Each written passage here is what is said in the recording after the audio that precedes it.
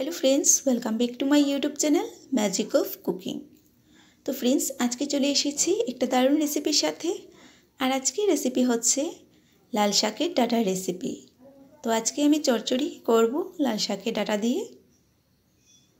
আর এইরকম রেসিপি খেতে কারা পছন্দ করেন কমেন্ট করে অবশ্যই জানাবেন। তো দেখুন, এখানে আমি বেশ কয়েকটা লাল শাকের ডাঁটা নিয়েছি। আর ডাঁটাগুলো খুব নরম, একদম কচি। তো লাল শাকগুলোকে ছাড়িয়ে আমি ডাঁটাগুলো নিয়ে নিয়েছি। আর দেখুন কতটা নরম ডাঁটাগুলো। তো গোড়ার অংশটাকে বাদ দিয়ে আমি ডাঁটাগুলোকে কেটে নেব। তাহলে চলুন আজকের এই লাল শাকের ডাঁটার রেসিপিটা দেখে নেওয়া যাক। এখানে আমি ডাঁটাগুলোকে লম্বা লম্বা করে কেটে ধুয়ে নিয়েছি। আর চচ্চড়িটা করতে আমি সাথে নিয়েছি আলু। দেখুন, এখানে বড় সাইজের একটা আলু আমি লম্বা লম্বা করে কেটে ধুয়ে নিয়েছি। আর যেহেতু সর্ষে দিয়ে করছি, তো এখানে আমি সর্ষেটাকে ভিজিয়ে রেখেছি, সাথে কাঁচা লঙ্কা নিয়েছি। তো সর্ষে আর কাঁচা লঙ্কাটাকে আমি একসাথে পেস্ট করে নেব। একটা মিক্সির মধ্যে পেস্ট করে ফিরে আসছি। তো দেখুন, আমি পেস্টটা করে নিয়েছি কাঁচা লঙ্কা আর সর্ষের। এবার রান্নাটা শুরু করব।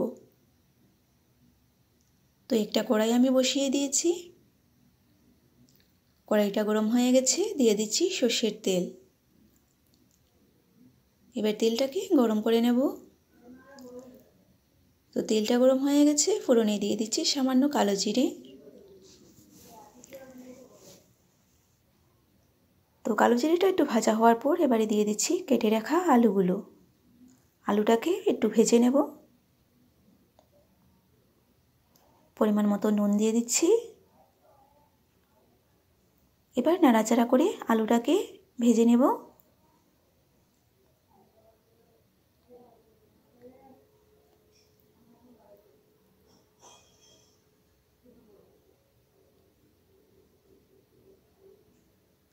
তো আলুগুলোকে ভেজে নেওয়ার পর এবার আমি লাল ডাঁটাগুলো দিয়ে দিচ্ছি।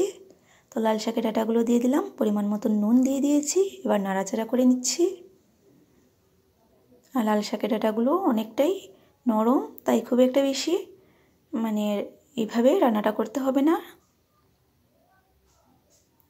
এবার আমি এক এক করে বাকি মশলা অ্যাড করে নেব। দেখুন, আমি ঢাকনাটা দিইনি, না ঢাকনা দেওয়ার পরই ডাঁটাগুলো অনেকটাই নরম হয়ে গেছে। শুধু আলুটাই দেখা যাচ্ছে আর ডাঁটাগুলো একদমই দেখা যাচ্ছে না। তো সামান্য আমি লঙ্কা গুঁড়ো দিয়ে দিলাম হলুদের গুঁড়ো, আর দিয়ে দিচ্ছি সর্ষে আর কাঁচা লঙ্কার পেস্টটা। অল্প জল দিয়ে এবার ভালো করে নাড়াচাড়া করে মিশিয়ে নিচ্ছি। আর রান্নাটা করতে করতেই দেখুন ডাঁটাগুলো কতটা সফট হয়ে গেছে। তো ভালো করে নাড়াচাড়া করে আমি সর্ষে, লঙ্কা গুঁড়ো আর হলুদের গুঁড়োটাকে ভালো করে মিশিয়ে নিয়েছি। ব্যাস, এবারে দিয়ে দেবো পরিমাণ মতন আমি গরম জল।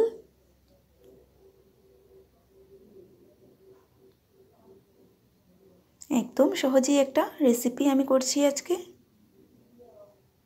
তো এবার ভালো করে একটু মিশিয়ে নিলাম। গ্রেভিটা ফুটে আসা পর্যন্ত অপেক্ষা করব। তো দেখুন, গ্রেভিটা ফুটে এসেছে আর আমি 3টে কাঁচা লঙ্কা দিয়ে দিলাম। এবার 2 মিনিটের মতন আমি এটাকে রান্না করে নামিয়ে নেব।